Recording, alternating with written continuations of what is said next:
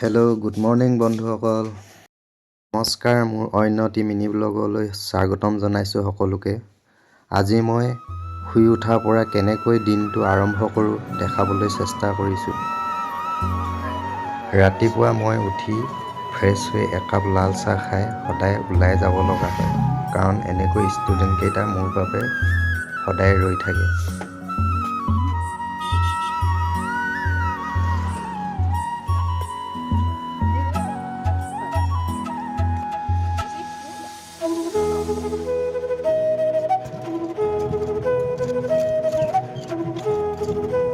পোনপ্ৰথমে ইহঁতকেইটাক সময়মতে স্কুলত থৈ তাৰ পৰাহে অইন ভাড়া মাৰিবলৈ সময়কণ পাওঁ।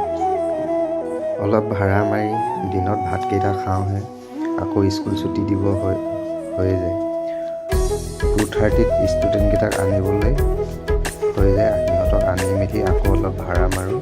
ভাড়া মাৰোঁতে সন্ধিয়া হৈ যায় আৰু সন্ধিয়া লাহেকৈ ঘৰমুৱা হৈ যাওঁ।